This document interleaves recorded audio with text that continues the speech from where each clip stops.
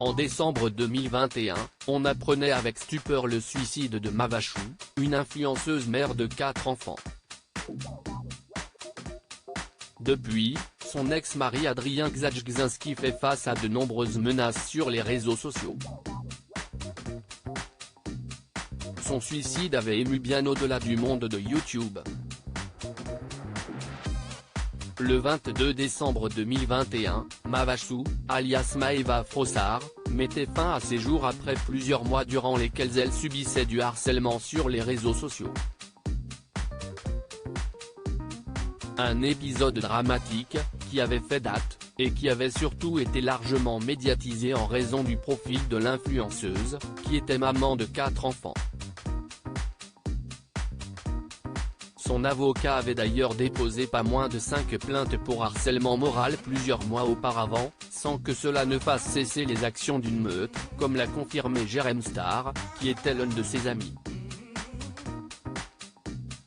Adrien Gzadjkzinski et Maeva Frossard eux aussi victimes de harcèlement en ligne et son ex-mari, Adrien Gzadjkzinski, avait été mis en cause dans ces plaintes, et depuis le suicide de Mavachou, il était pointé du doigt pour n'avoir rien fait pour éviter cela, voire même d'avoir attisé la haine contre son ex-femme alors qu'ils se disputaient la garde des enfants.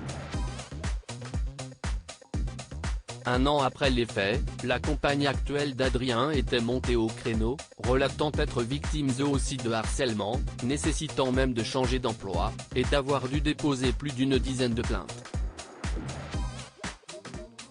Aujourd'hui, l'enquête suit toujours son cours, et le couple donne aujourd'hui un entretien aux Parisiens après avoir lancé un site internet qui met en image les insultes dont ils sont victimes au quotidien. Nous n'appelons pas au harcèlement, au contraire. On montre simplement de quoi ces femmes sont capables. Beaucoup ont supprimé leur compte ces derniers jours. Elles ont certainement peur que leur entourage se rende compte de la personne qu'elles sont.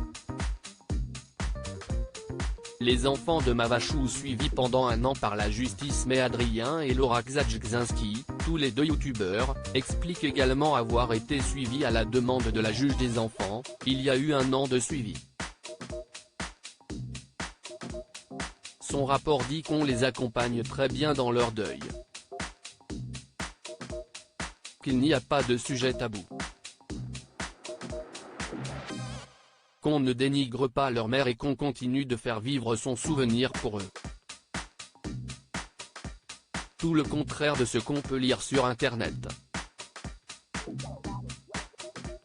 Le couple révèle néanmoins recevoir également des messages de soutien, parfois de la part de personnes qui me font part à leur tour du harcèlement qu'elles ont pu vivre, admet Adrien. Sa femme, elle, s'en prend à ses harceleuses. La première réaction a été de crier au scandale. Elle prétend qu'elle ne harcèle pas, elle constate. 10 000 tweets d'insultes et de menaces, pour elle, ce n'est pas du harcèlement. Tant pis. Quand on lit des choses vraiment graves, on se dit que si est une pièce de plus pour notre dossier.